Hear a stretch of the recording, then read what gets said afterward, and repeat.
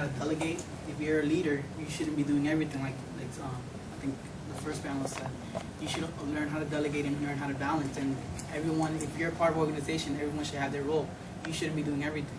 So, and just working together, and things should work out. For those that are finishing college, I know that I finished college in December, but I don't start graduate school until September. So I have that 8-month period. And some graduate in May and they have that gap until September. And others may take a year off and they have that gap. How do we take all the leadership skills that we've acquired in college, which for us, I know for me, college was the first time where I started learning about leadership and taking the initiative of joining the leadership program at our school.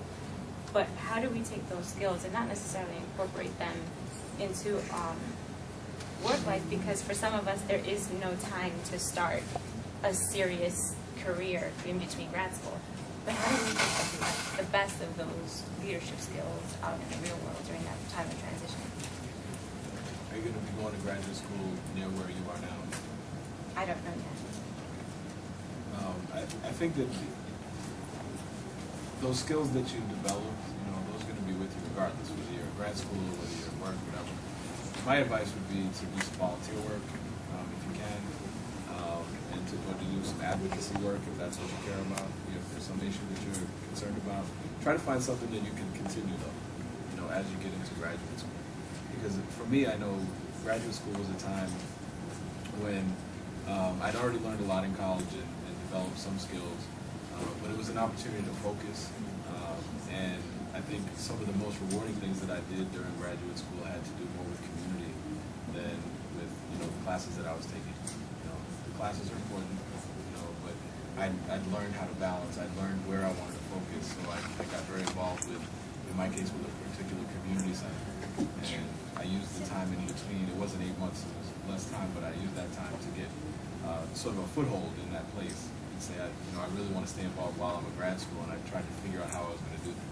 So, but I'd say service and advocacy work that you can carry over. Yeah, same thing. Do you know what you're studying in grad school? I'm going to law school. Law school? Okay, so maybe there is, an agency that you can work with, a nonprofit that provides legal services, for folks, and get involved with that. A lot of the agencies you'll find, they really rely on the help of volunteers, so they will take you in a second, put you to work. Yeah, so if you'd like to do some volunteer work with the CUNY Leadership Academy, I actually met your representatives yesterday. I went to the Manhattan Forum, and he was there, and he was hit with the students, so I actually took the information. So when I ran into you guys today, I was like, oh, well. Yeah, there's a lot of ways to volunteer and to do things that are going to help you in your graduate experience and beyond. Do you know what kind of law you want to study? Immigration law, family services. Can I say something? Hostos has a wonderful program for immigration, so you are welcome to volunteer. If you want to see me after, then I'll give you my contact information and I'll help you. Are you in Queens by any chance? Are you in New York? No, I live in New Jersey. Well, it's not that far. So there's an organization, I can find out the number, that does civic education classes for immigrants where they're preparing to take a citizenship exam, etc. So that would be along those lines. Any other questions?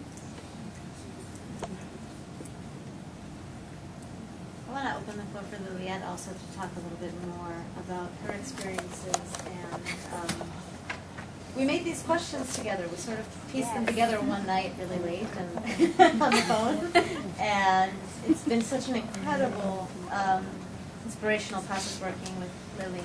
And I would just love for you to talk about all of the questions in a nutshell that we put together, and your responses to what the panel has offered and shared with us in basically a way of responding, like what does everything make you think about too?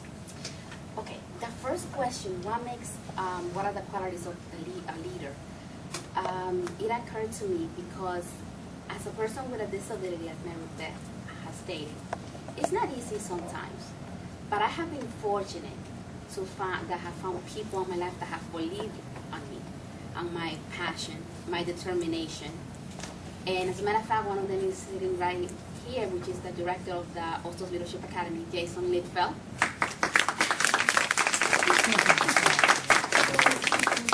When I entered the Hostos Leadership Academy, I wasn't treated as a person with a disability. I was just treated like anybody else. Lilian Lopez wants to do political science, wants to advocate for people with disabilities and low income. And that's what I have done at Hostos. I have put forums together. I have put committees together. I have gone to conferences. And I think the two qualities that I see, like Dr. Lipan addressed already, is passion and determination. And the most important one, learn to be a leader, but also to be a follower. Because you're not always gonna lead. Okay, you might be on the side, you might be up front, not all the time. And also, a team player. Learn to be open-minded. Learn to work with other people. And accept and respect other people's ideas. Those are the qualities that I feel that really make a true leader. And I want to thank Dr. McManus for implementing that, and Mr. Litfeld, because he taught me the basics of it. And I'm really grateful because he does not treat me like a person with a disability. I'm a regular student. Dr. McManus, also thank you for letting me climb the ladder and paint.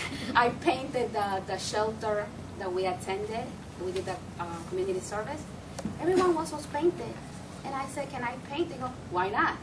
Are you ready to climb the ladder? I'm like, yes, go ahead.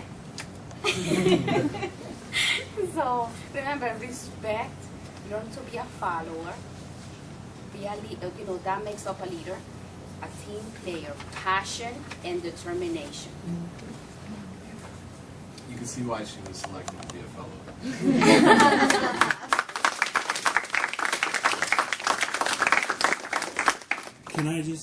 Can you just tell where you were 10 years ago as compared to today?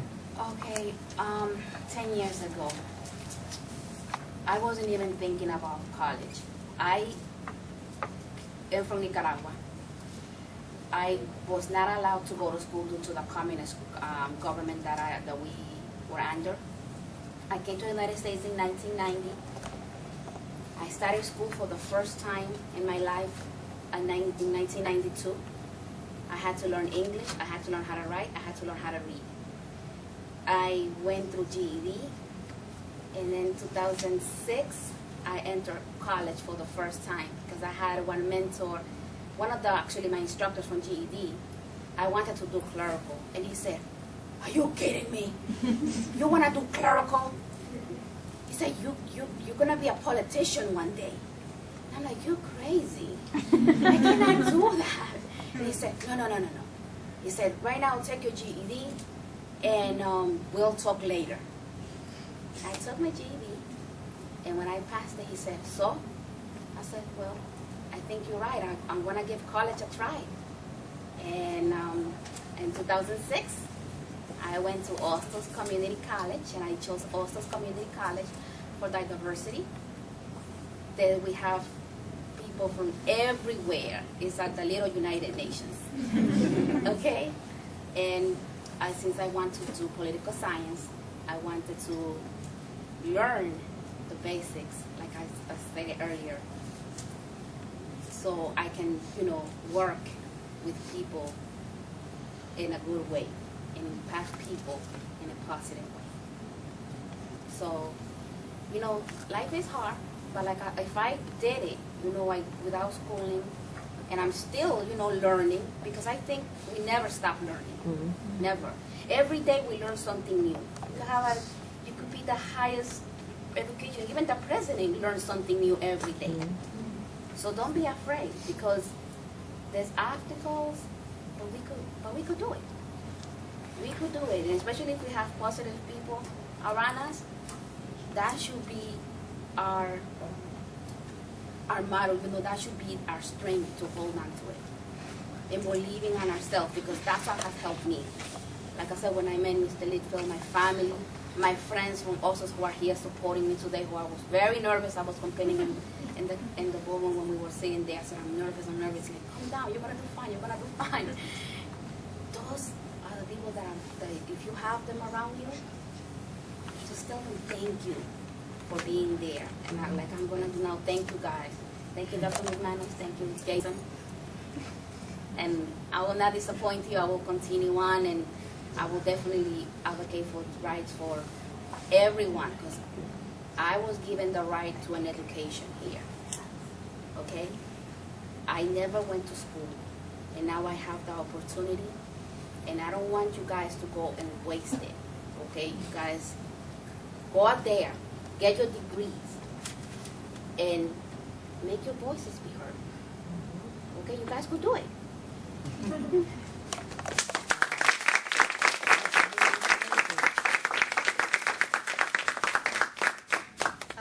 In about 10 minutes, we're going to go into the ballroom, and I'm going to be the one who's going to have to talk for the next 45 minutes. So I'm going to ask if we can wrap, you guys can fill out the workshop evaluation forms, and I can be excused to the little girls' room so that I don't have to spend the next 45 minutes reviewing this. But I just want to thank all of you for being so fully present and so fully engaged in this panel, because, and our panelists I just want to thank again, because I feel like this has been a great dialogue and a great space for us to talk about where we see ourselves 10 years from now.